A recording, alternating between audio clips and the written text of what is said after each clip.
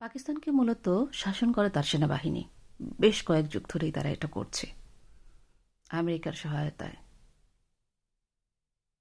বিগত বাইডেন সরকার পাকিস্তানের এক নির্বাচিত সরকারকে পতন ঘটায়, ইমরান খানকে, যিনি ছিলেন জনগণের খুব কাছে। তার অনেকগুলি স্ট্র্যাটেজি ছিল যেটা জনকল্যাণমুখী এবং মানুষ তাতে উপকৃত হচ্ছিল।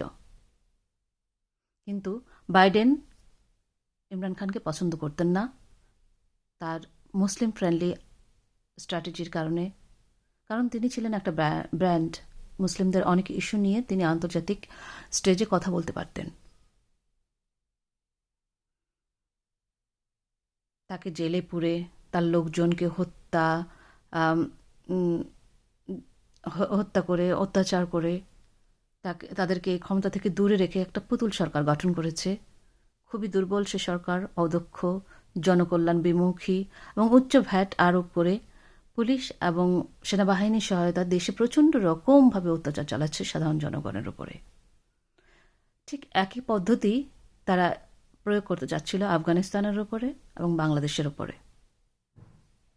বাংলাদেশে তো তারা প্রচণ্ড রকমভাবে সফল।